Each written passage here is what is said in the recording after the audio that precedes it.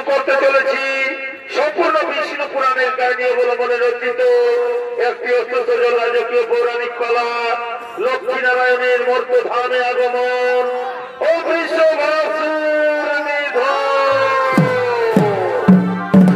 তাই প্রথমে সেই বৈকুণ্ঠপুরী সেই বৈকুণ্ঠপুরে নারায়ণের আগমন।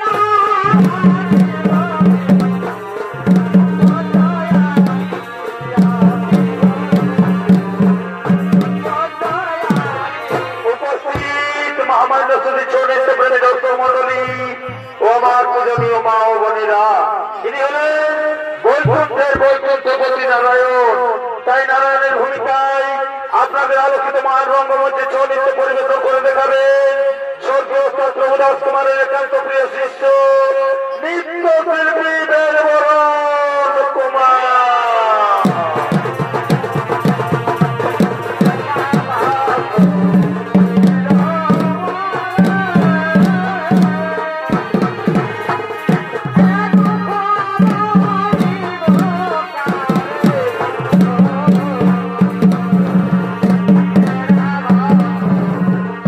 Oh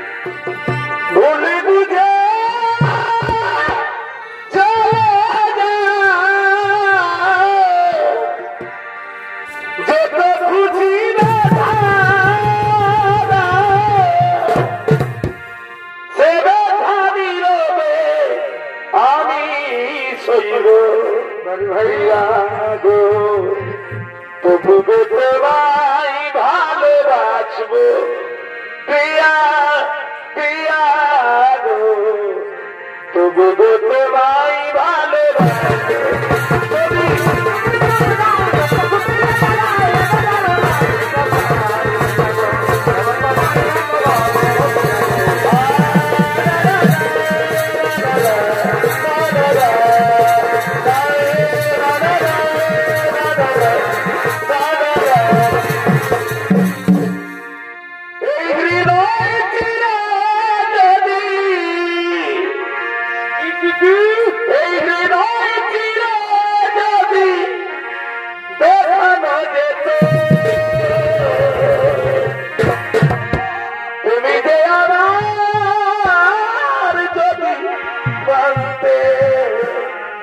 সে কথা যদি তুমি জানতে সত্যি বলছো প্রিয়া যে তোমাকে বেঁচেছি ভালো সে কথা যদি তুমি জানতে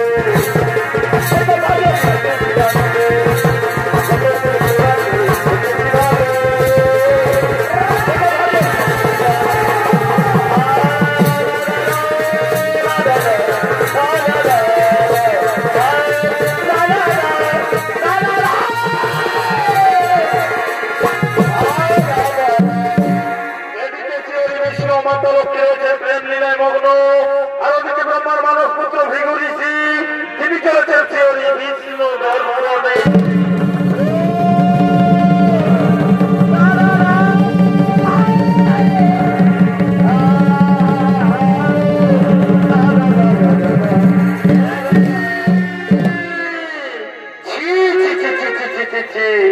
হে ভগবান বিষ্ণু আপনার কাছে এই সম্মান আশা করিনি তুমি তো জানি তবু সব কিছু জেনে শুনে আপনি আমাকে করলেন অপমান তাই আমি তোমায় দিলাম অভিশাপ যার সাথে প্রেমালাপে মুক্ত হয়ে তুমি তোমার ভক্তের সম্মান করতে ভুলে যাও তুমি সেই দেবী লক্ষ্মী থেকে বিচ্ছেদ হয়ে যাও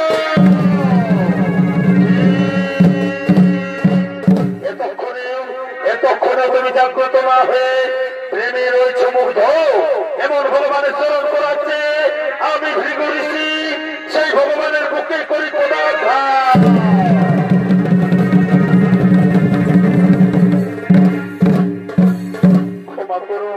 ক্ষমা করুন ঋষিবর আমি সাময়িকভাবে প্রেমে মুগ্ধ হয়ে ভুলে গেছি সমস্ত চরাচর আসুন আসুন ঋষিবর আসন গ্রহণ করুন ঋষিবর আসন গ্রহণ করুন আপনি আমার কঠিন হৃদয়ে পদাঘাত করেছেন তার জন্য আপনার পায়ে আঘাত লাগেনি তো ঋষিবর আমাকে আপনি ক্ষমা করুন ঋষিবর আমাকে আপনি ক্ষমা করুন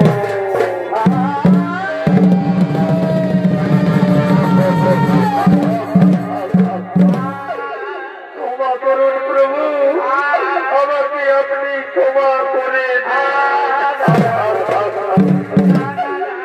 প্রভু আমি রাগ বসে আপনার বুকে পদাঘাত করেছি আমি আমার রাজ্য ভগবানকে অভিশাপ ঋষিবর যা ঘটার তা অবশ্যই ঘটবে আপনার সাপ অনুসারে ফিরে হবে তা আমায় অবশ্যই সহিত হবে এই দেখুন ঋষিবর আপনার পদচিহ্ন আমার বুকে সকলে আমাকে বলবে ভৃগু পদ চিহ্নধারী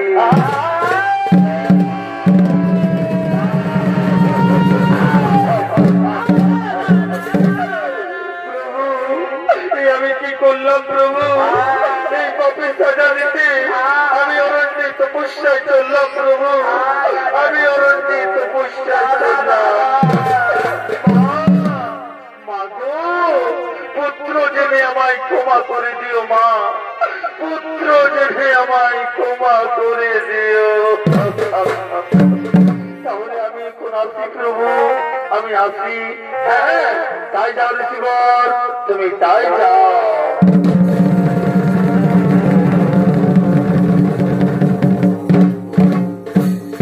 জানো তুমি জানো লক্ষ্মী আমার ভক্তই ঘুরিছি।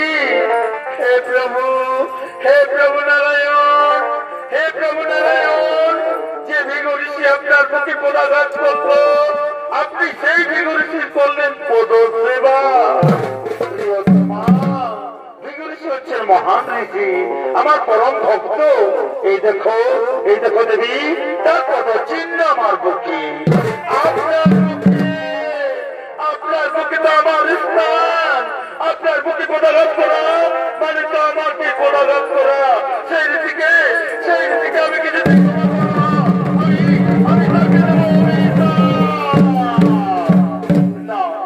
না লক্ষ্মী না, সংযত হোক। ভক্ত বৎসল আমি, ভক্তের কষ্ট আমি সইতে পারবো না।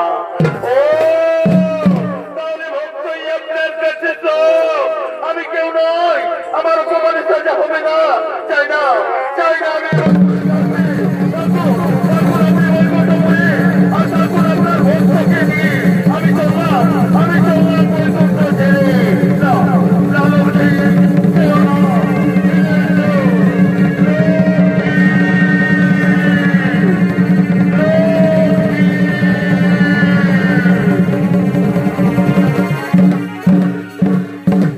এদিকে মাতা লক্ষ্মী রাগান্বিত হয়ে করলেন বৈকুণ্ঠ ত্যাগ, আর ওদিকে বাবা ভোলা মহেশ্বর ও সৃষ্টিকর্তা ব্রহ্মদেব চলেছেন বৈকুণ্ঠের পথে।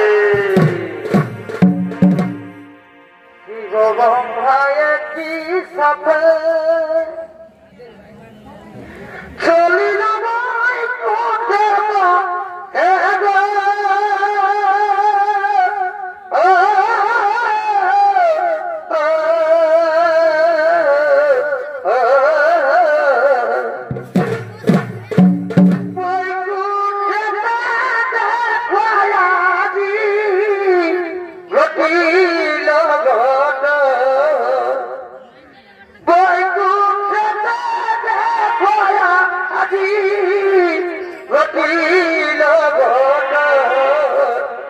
মাতা লক্ষ্মী গা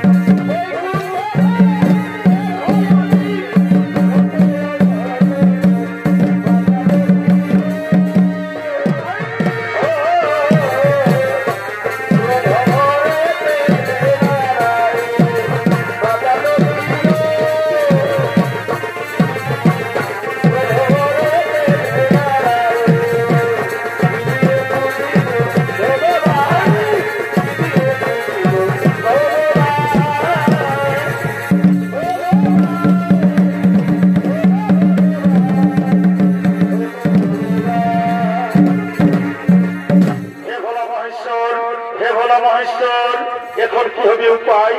দেবী লক্ষ্মীর এমন সিদ্ধান্ত, আজ ভগবানের ভক্ত ও পত্নীর মধ্যে উভয় সংকট, কি করে হলে সমাধান? হে ব্রহ্মদেব, শ্রী বিষ্ণুর লীলা কেবল তিনি জানেন, আমরা তো তার সহচর মাত্র। ওই দেখুন ব্রহ্মদেব, মাতা লক্ষ্মী আসছেন। চলুন তার রাগ ভাঙানোর চেষ্টা করি।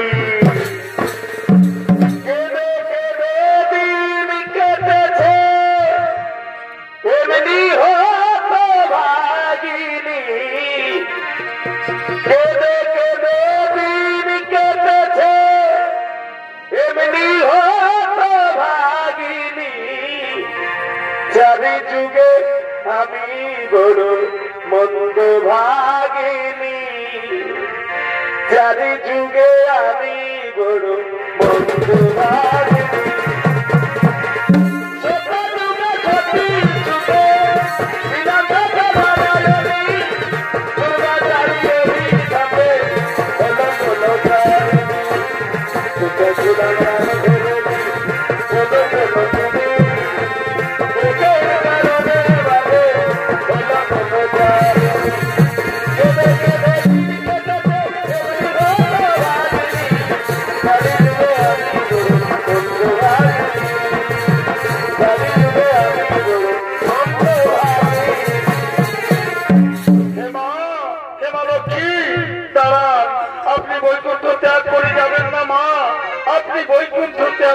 যাবেন না, তাতে বিশ্ব চরাচরের কল্যাণ হবে। সরে যান, সরে যান দেবগণ। এই বিশ্ব চরাচরে আমার কিসের প্রয়োজন? তার জন্য তো ভগবান বিষ্ণু আছেন, আপনারা আছেন। আমি চলে যাই, আমি চলে যাই সেই ধরাধামে। সেখানকার রাজা চোন খুবই ধর্মপরায়ণ। আমি সেই রাজা চোনের রাজ্যে চলে যাই। মা, মাগো, একান্তই যদি যেতে চাও মা, তাহলে সেই ধর্মপরায়ণ রাজা চোনের রাজ্যে আমাদেরকেও তুমি সাথে নিয়ে চলো মা, আমাদেরকেও তুমি সাথে নিয়ে চলো। তবে তাই হোক, তবে তাই হোক ব্রহ্মদেব, তবে তাই হোক মহাদেব। কিন্তু এই রূপে তো সেখানে যাওয়া যাবে না। শ্রী বিষ্ণু যাতে আমাদের খুঁজে না পায়, আর রাজা চোর যাতে আমাদের চিনতে না পারে। তাই আসুন, আসুন দেবগণ, আমরা আমাদের রূপ করি পরিত্যাগ। তাই হে ব্রহ্মদেব, আপনি গাভী হয়ে যান, আর হে মহাদেব আপনি বাছুর হয়ে যান, আর আমি অবশ্যই গোয়ালিনী। এই বেশে চলুন আমরা ধরাধামে করিব গমন।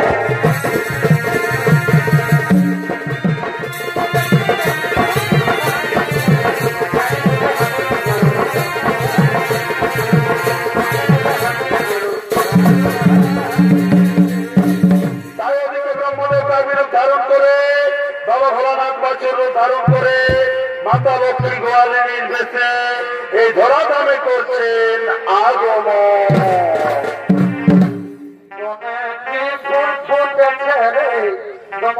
মাতা ধরেছে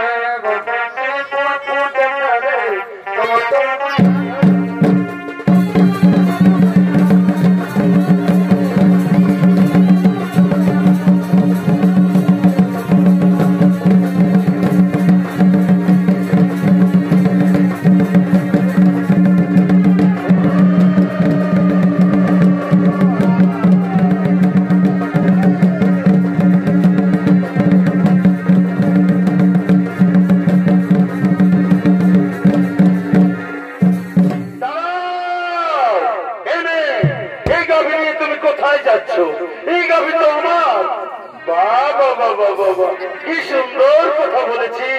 এই গাভী তোর, সরে যা, এই গাভী আমার। না না গো না, তোমরা অন্যায় ভাবে আমার এই গাভী দাবি করতে পারো না। এই গাভী আমার। তাহলে চলো রাজা চোরের দরবারে, সেখানে বিচার হবে এই গাভী কার।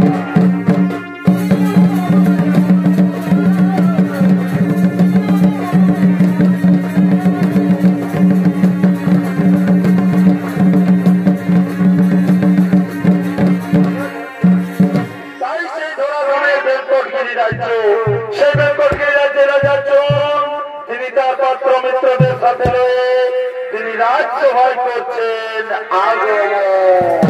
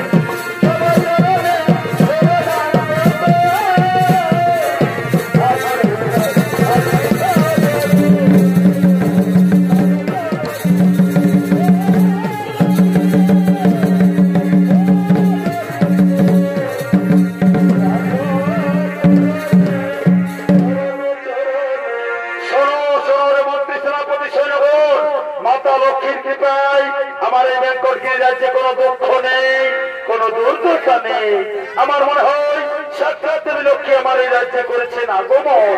তাই তোমরা তাড়াতাড়ি করো নৃত্য গীতের আয়োজন। ওই দেখুন আসিতেছে নর্তকীগণ।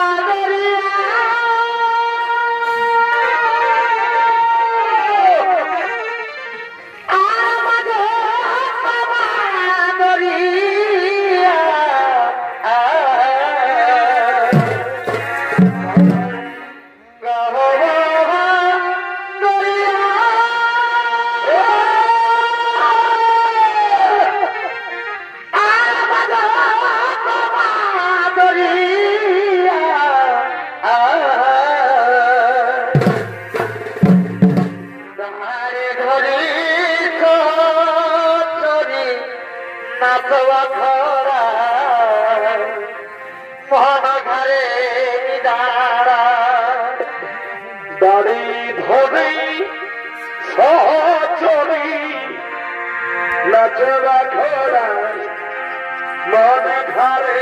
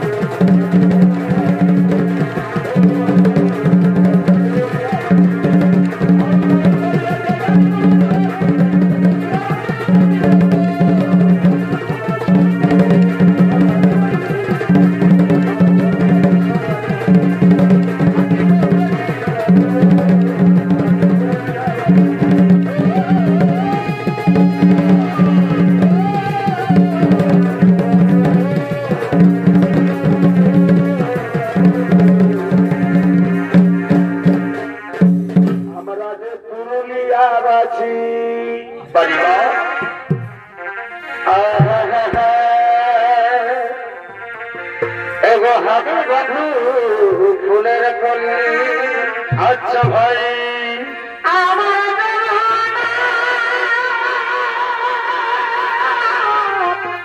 এবারিও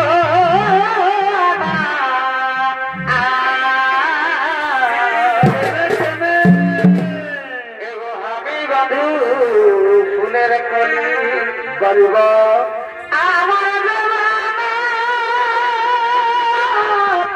এবারিও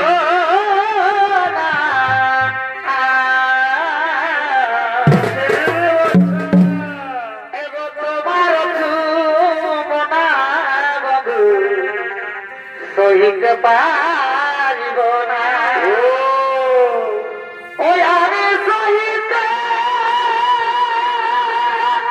পারিব না এখন তোমার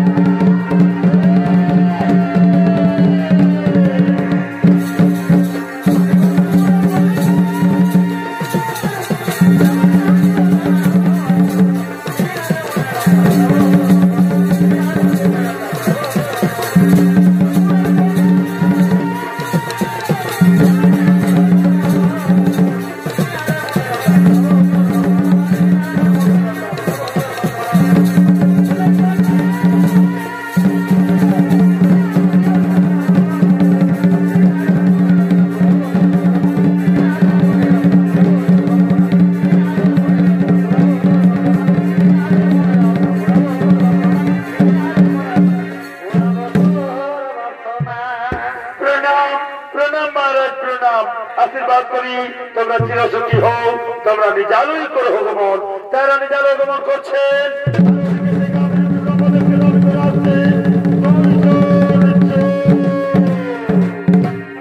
যে জনপ্রেমের ভাব যাবে না তার সঙ্গে নাই মেলা দেনা কেন হই আসলে সোনা ছেড়ে চেনে নকল সোনা ছোট ভাব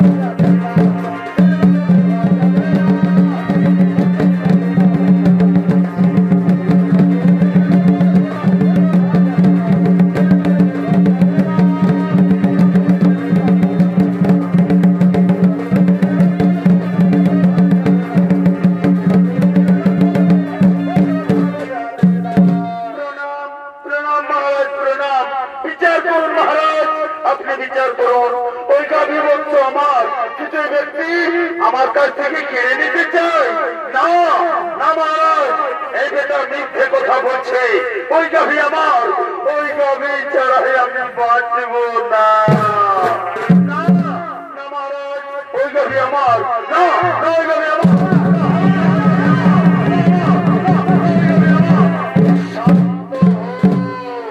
শান্ত হো তোমরা বিচার হবে আশা করি রাজা চলে রাজত্বে অন্যায় বিচার কখনো হয় না আর আজও হবে না হে গো মাতা তোমার প্রতি যদি কোনো অত্যাচার হয়ে থাকে তার জন্য তুমি আমাকে ক্ষমা করো গো মাতা তার জন্য তুমি আমাকে ক্ষমা করো হে গো মাতা সঠিক বিচার করতে তোমার সহযোগিতা চাই মা তাই যাও যাও গো মাতা যেই হোক তোমার সঠিক মালিক তুমি তার কাছে নীল হয়ে যাও গো মাতা তুমি তার কাছে নীল হয়ে যাও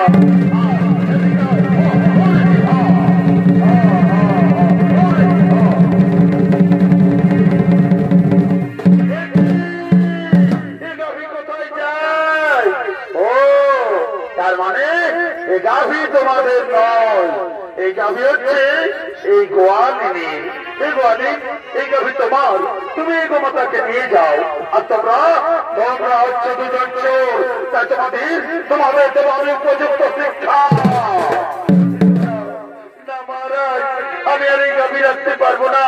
পথে ঘাটে নানান জায়গায় নানান উপদ্রব, আমিও বলে নারী, তাই গাভীর দায়িত্ব না রেখে এই গাভী আর বাছুর আমি আপনাকে দান করে গেলাম রাজা, আমি আপনাকে দান করে গেলাম। আমি ঈশ্বরের নাম মনে করে এই গাভীকে আমার গৃহে রাখলাম।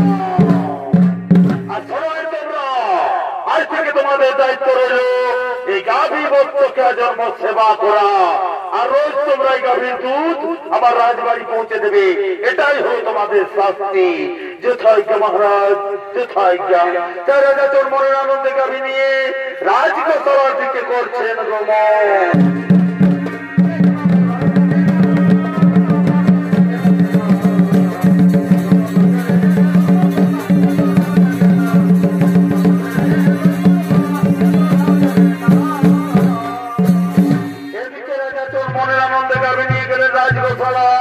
আর ওদিকে শ্রী বিষ্ণু দেবী লক্ষ্মীর বিরোধ ছুটে চলেছেন ধরা ধামে।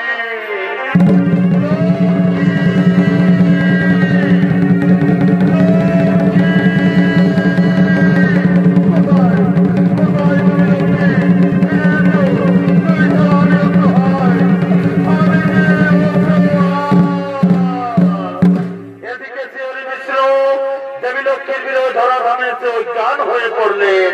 আর ওদিকে সেই গাভীর ব্রহ্মদেব চলেছেন শ্রী বিষ্ণুকে স্তন পান করানোর জন্য।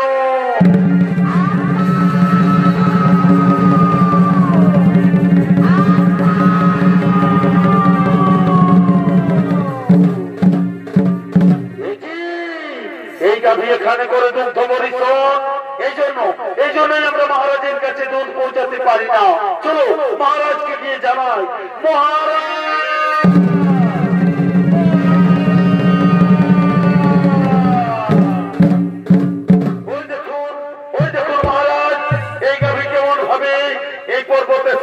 দুগ্ধ বর্ষা, এই জন্য তো গাভীর দুধ আমরা আপনার রাজবাড়ি পৌঁছাতে পারিনি মহারাজ। সত্যি তো এই দুরাচারী গাভী না জানি কার কাছে এসে করে যায় দুগ্ধ বর্ষা। কে কে আছে ওখানে? কে যেন শুয়ে আছে ওখানে?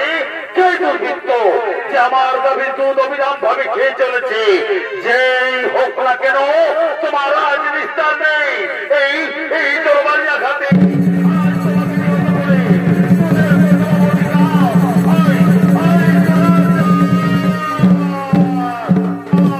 তাই সঙ্গে সঙ্গে গাভীর ত্যাগ করে সৃষ্টিকর্তা ব্রহ্মদেব বলছেন, ওরে ওরে দুরাচারী রাজা, ওরে অধর্মী, ওরে পাপ আত্মা, না জেনে না চিনে যেভাবে তুই অসুর প্রকৃতি ধারণ করে স্বয়ং ভগবান ভেঙ্কটেশ বিষ্ণুর প্রতি করলি আঘাত, তাই আমি তোকে দিলাম অভিশাপ, তুই এই মুহূর্তে অসুর জনিতে পরিণত হয়ে যা।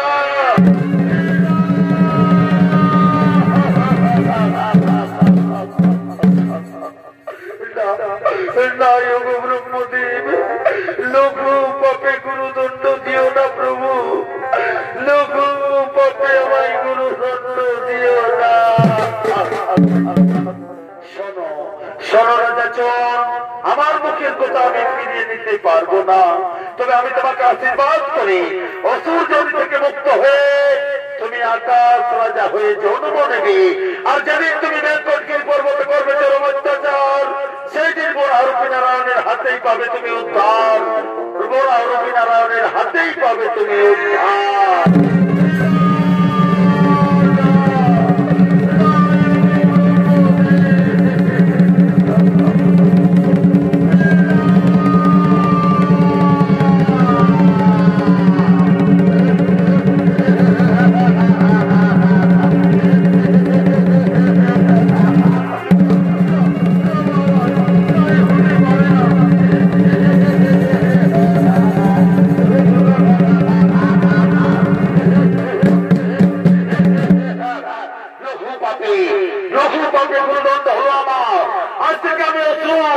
আমি বৃষভাসুর।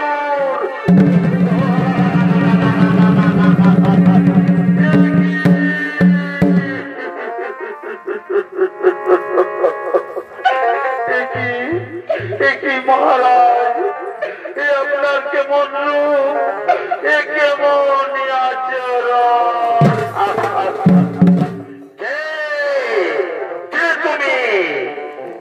আমাকে চিনতে পারছো না মহারাজ? আমি যে তোমার স্ত্রী সুনন্দা।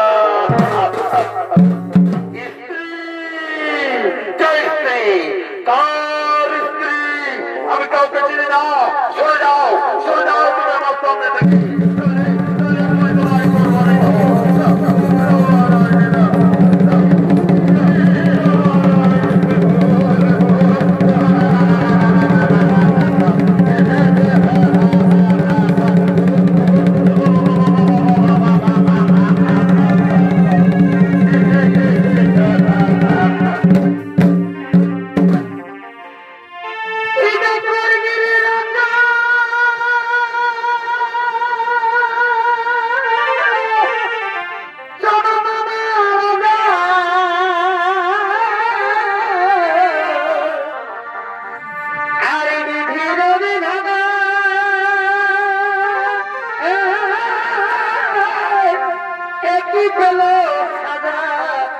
জানে না তার কর্মের কি বাপ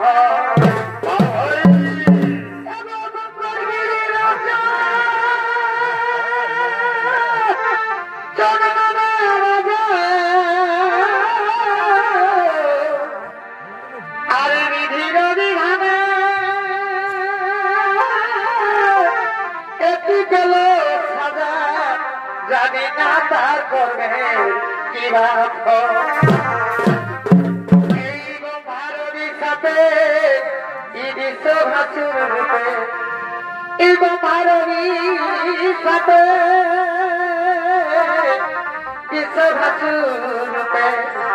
ক্রোধেতে করিল আগমা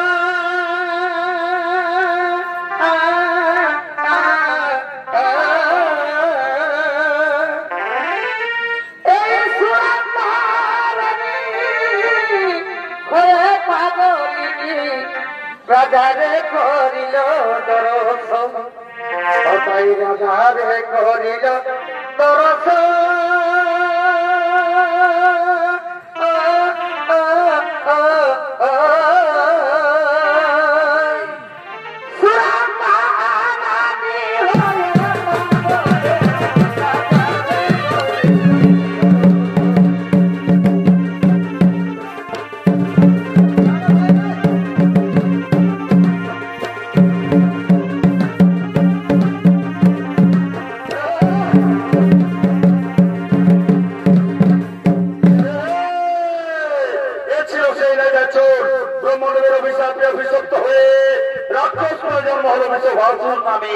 তাই নৃত্য পরিবেশন করবেন নৃত্য শিল্পী ভোলারি মাহাতো।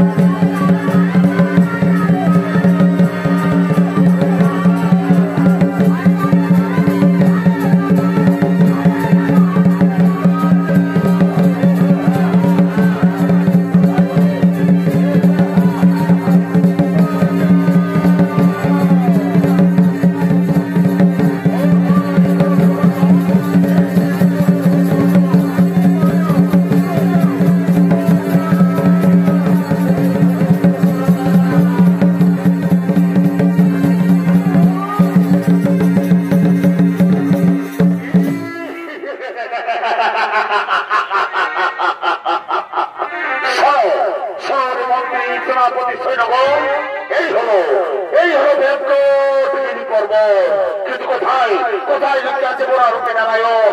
আজমি পর্বত খোদা ঘাটা করবার জন্য, না রবে পর্বত আর না রবে নারায়ণ।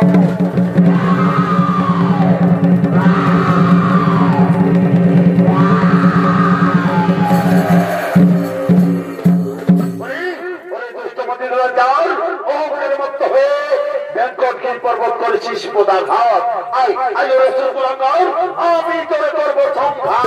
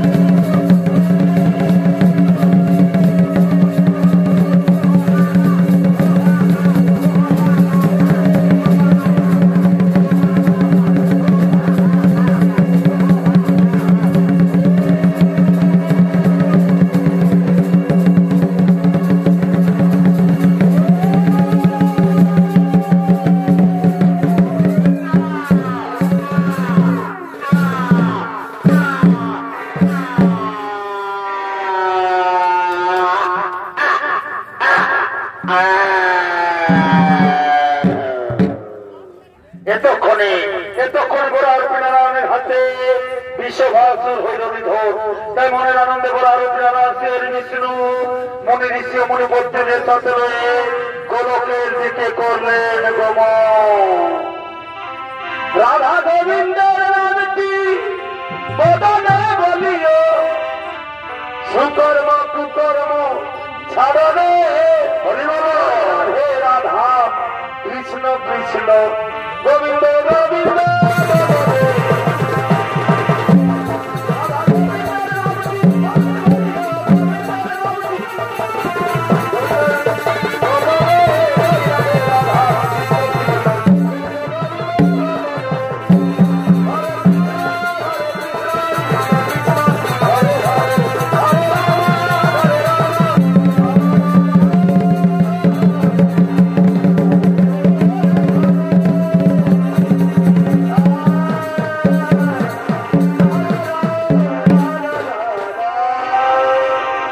নমস্কার নমস্কার সূর্যস্ত মন্ডলী। সূর্যস্ত প্রভুদাস কুমার প্রতিষ্ঠিত ভুবন চন্দ্র কুমারের পক্ষ থেকে লক্ষ্মীনারায়ণের মধ্য ধামে আগমন, বিশ্বভাষণ নিধন, তারা এখানে গোলাপ সমাপন।